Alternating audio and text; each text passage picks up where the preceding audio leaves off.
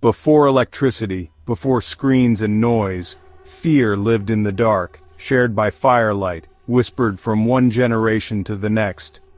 In those shadows, stories became warnings, etched in memory, not written in books. Tonight, leave the light behind. Join me at the edge of the fire and listen to the stories that still haunt us. We journey to Japan, where the line between the living and the dead is thin. Spirits are a very real presence. They are called eerie, meaning faint spirit. But there's nothing faint about how scary they are. When someone dies a sudden, bad, or very emotional death, their soul can get stuck, tied to our world by strong feelings, anger, sadness, or a wish for revenge. Unlike Western ghosts, a eerie is focused, often mean, and driven by one strong goal. They are usually shown in a way that's easy to spot and really creepy. They wear white burial clothes, often stained with blood. Their long black hair is loose and messy, hiding a face that is pale and twisted with pain. Maybe the weirdest thing is that they almost never have feet. They float quietly above the ground, reminding us that they don't belong in the living world anymore, but they can't leave it either.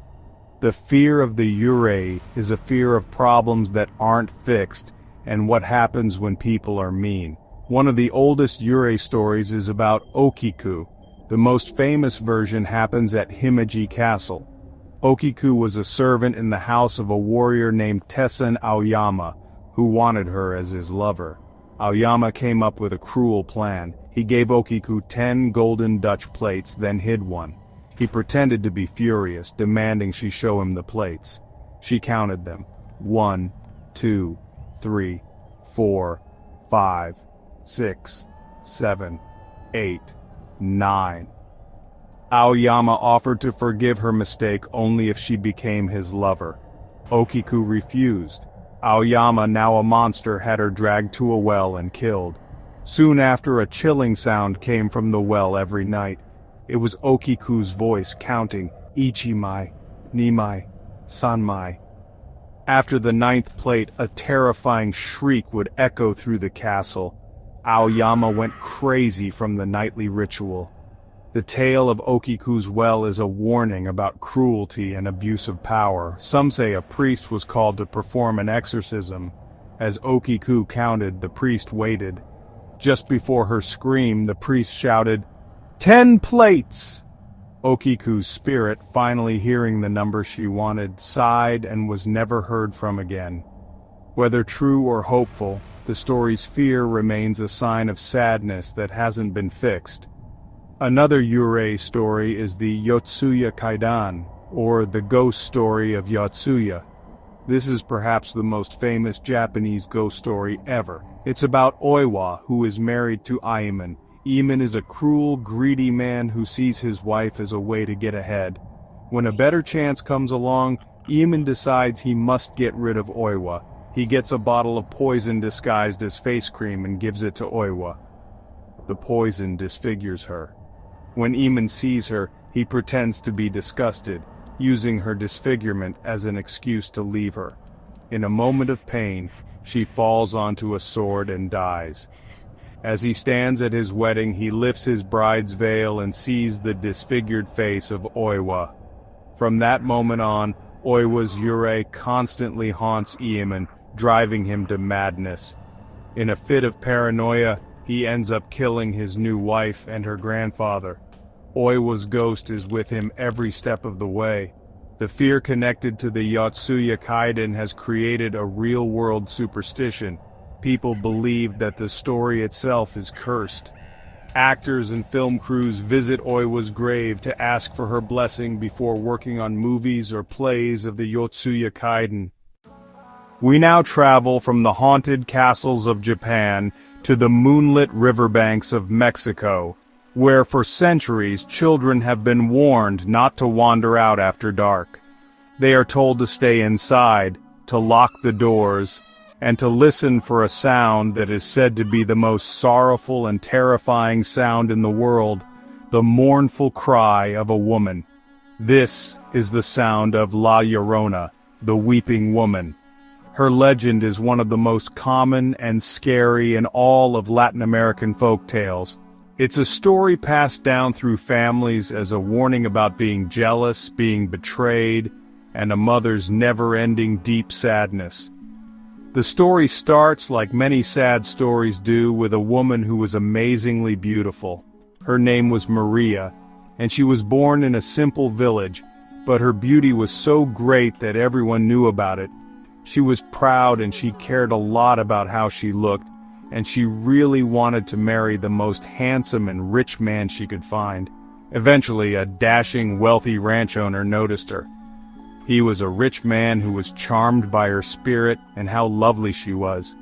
He gave her lots of gifts and attention, and even though his own family didn't approve, thinking Maria wasn't good enough for him, he married her.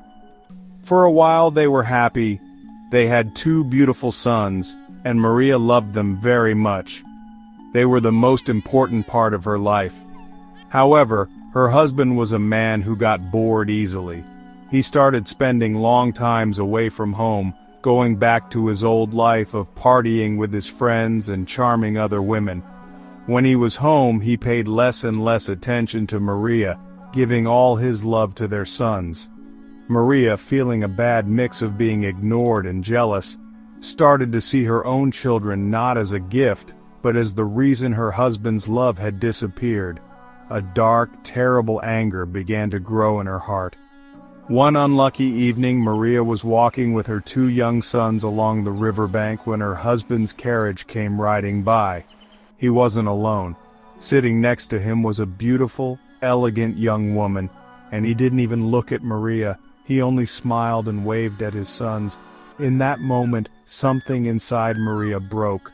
Overwhelmed by a sudden, wild anger, a craziness born from jealousy and sadness, she turned on the very things her husband cared about most.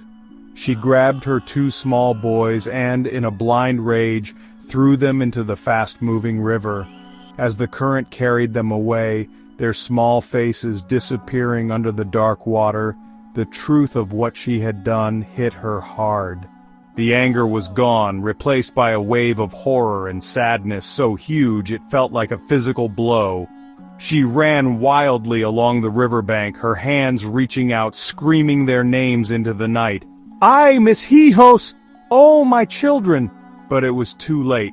The river had taken them. She searched for days, not eating or sleeping, her white dress becoming ripped and dirty, her voice getting rough from screaming, until she finally fell down on the riverbank and died from sadness and not eating. But for Maria, death was not the end of her suffering. It was only the start of her never-ending punishment. When her spirit arrived at the gates of heaven, she was stopped. The gatekeeper asked her a simple, chilling question. "Where are your children?" Maria, crying, could only say that she didn't know. Because she had left her children behind in both life and death, she was not allowed to enter the afterlife. She was doomed to wander the earth, stuck between the world of the living and the world of the dead, until she could find the lost souls of her drowned sons. And so, her troubled spirit was sent back. She became La Llorona, the weeping woman. Doomed to roam the waterways, the rivers, lakes, and streams forever, she is always searching, always crying. Her sad cry, "Ay, mis hijos," has become a terrifying sign, a sound that travels on the wind and makes anyone who hears it feel cold all over. She is said to appear as a tall, thin figure, dressed in the same torn white gown she died in, her face hidden by a veil or by her long dark hair that covers a face said to be either shockingly blank or horribly rotten. The legend of La Llorona has been passed down for many years, not just as a ghost story, but as a very real warning. Parents tell their children that if they wander out after dark, especially near water, La Llorona might find them.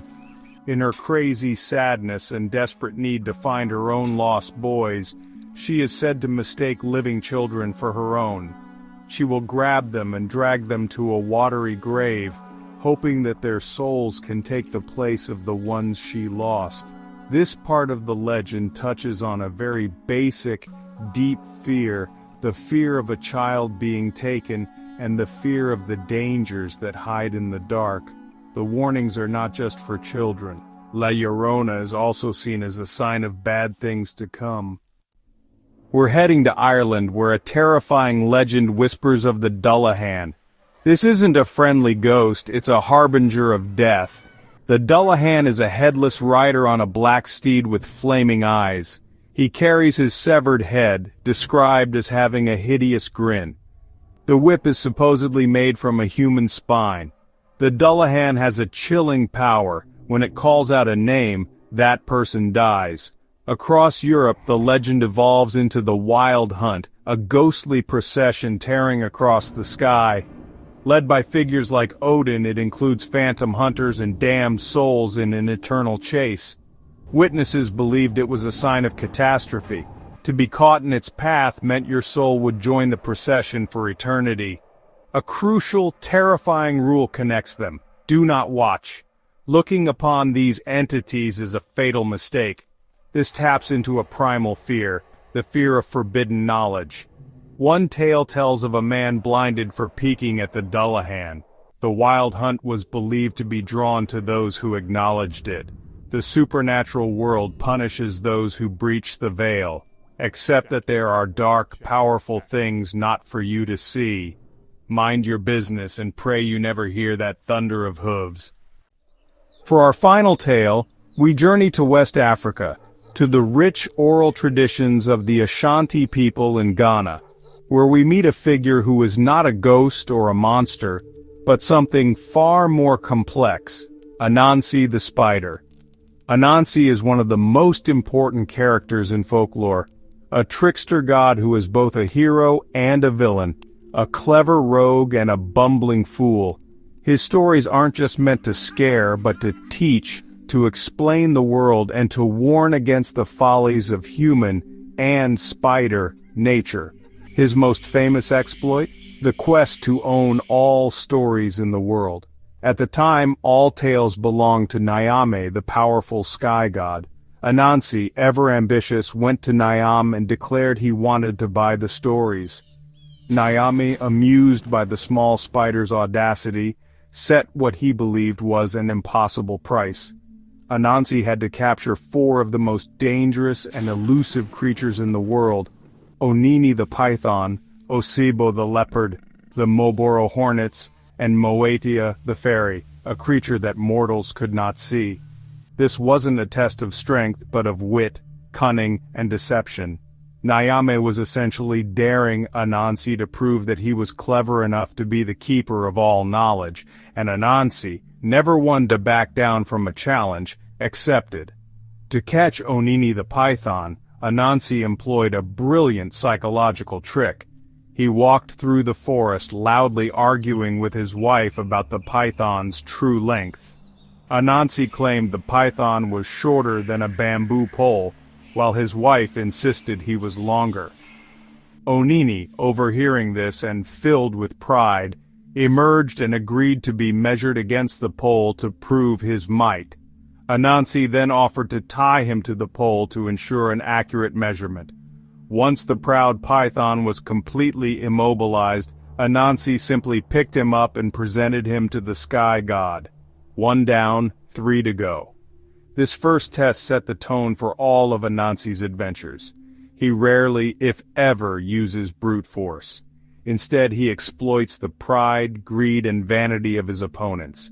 He understands that the greatest weaknesses are not physical, but mental and emotional.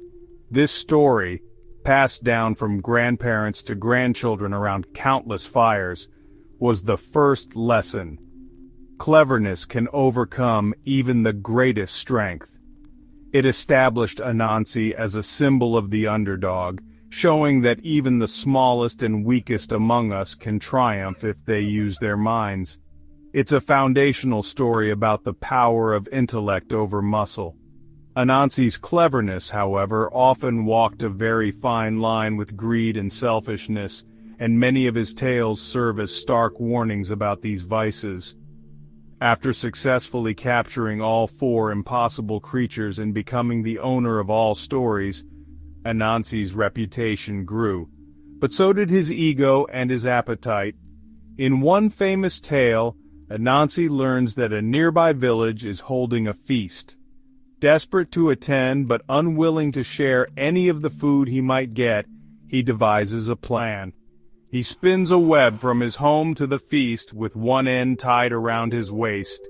He instructs his children to pull on the web when the food is ready so he can rush back and eat his fill alone.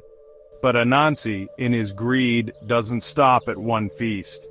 He hears of several other feasts happening in neighboring villages on the same day. He can't bear the thought of missing out on any of them.